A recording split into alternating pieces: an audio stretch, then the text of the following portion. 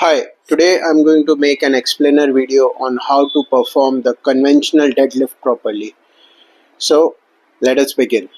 The deadlift starts at the foot, or more specifically how your foot are placed on the ground. So some tutorials say that you need to have your foot placed straight ahead, but that is not the case. You should have a foot placement which is the most comfortable for your specific body type. And there are a couple of ways to identify your foot orientation more clearly. The easiest of them all is the jump test. The jump test is simply you making a jump and then seeing how your foot land on the ground. So let's see how my foot fall on the ground, and then we'll go and use that stance to do the deadlift. So here I go.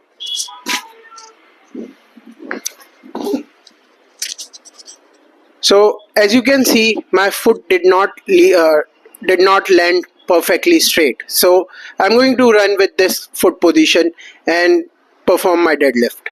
Alright, so the setup for the deadlift is again quite straightforward. The bar should be placed so that it is passing roughly over your midfoot. Standing too close might hinder with the movement, and too far, if the bar is placed too far forward, it may cause your back to round. Bar crossing through the midfoot is the sweet spot. Now, to actually execute a deadlift, you need to have a proper foot position. You can have your foot slightly wider than your usual stance. However, too wide a stance will again hinder the movement. So choose a stance which is again comfortable as well as allows a decent range of motion. Now, to start the movement, you need to bend down so that your shoulders are slightly ahead of the bar or exactly on top of the bar.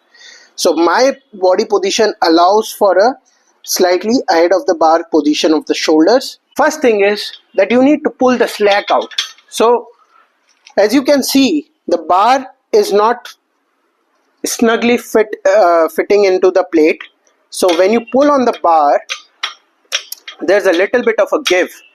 This is known as the slack, and it is important to pull the slack out before you initiate a deadlift. We'll set in, we'll pull the slack out, we'll take a deep breath in, pull your pelvic floor up, and we are going to stand up, imagining our hips are like the hinge of a door.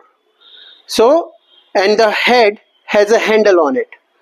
So to get up, you have to imagine that somebody is pulling the handle to open up the door at the hinge. Alright, so very simple. Breathe in, brace, lock out.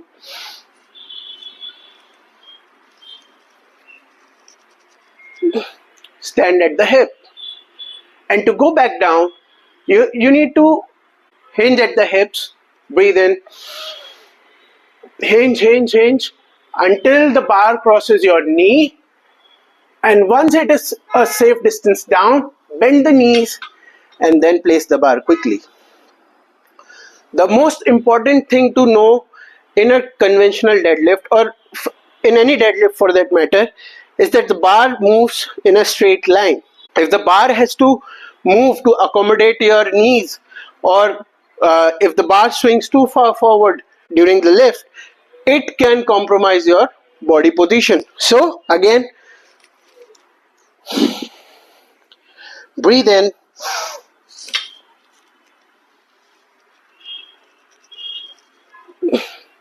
breathe out, breathe in,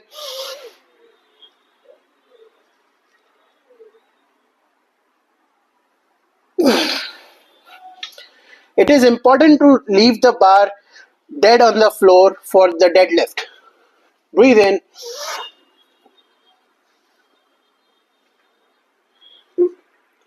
breathe out, breathe in,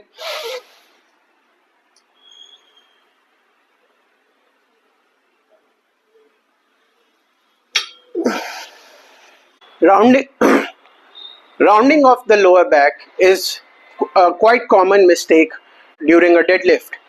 And that is not really a mistake, because for mistake you have to have some control on your action. It is a compensatory mechanism that your body employs for two things. Either the bar is moving too far forward and the strength of your lower back muscles is inadequate to compensate for the increased load on them, and therefore the brain compensates by making the lower back round and bearing some of that load on the discs and the ligaments of the spine. And secondly, it is a compensation, and which is the more common kind, it is a compensation for the lack of flexibility in your hips and the hamstring. Now, you may have seen some people saying that you do not need to stretch your hamstring or and glutes before performing your deadlifts or anything, because the eccentric of the deadlift is a stretch good enough. It is true only when you have proper command of the technique. If you are a beginner, you don't likely have a good technique, and therefore you will be served better by spending a few minutes every day after warming up, stretching your hamstrings and hips before you attempt your deadlift. So, two of my most favorite stretches for hamstrings and glutes are these. A simple hamstring stretch, which is done by getting into this position. So you start in a half kneeling position and you simply let your hip go back a little bit and flex your trunk forward. You aim to make your knees as straight as possible, and that will give you a really good stretch on the hamstring.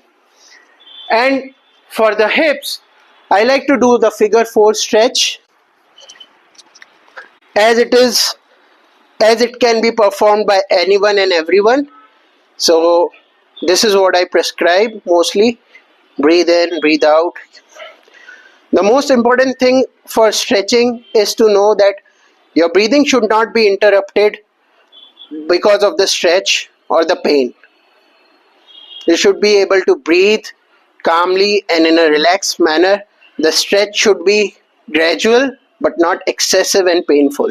Some people may also have really tight calves, and tight calves can also make your hamstrings less flexible.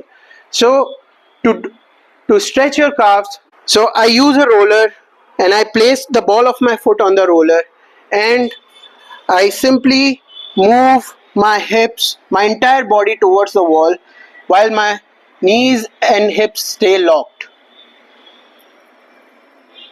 So this is a tutorial on how to do the deadlift, how to avoid excessive rounding.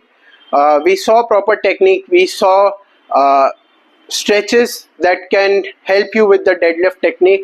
I hope this video helped you, and if you found this useful and would like to see more of this kind of a video, give this video a thumbs up and share it with your friends who are confused with the technique for deadlift. Let them know that this is how it is done. Thank you.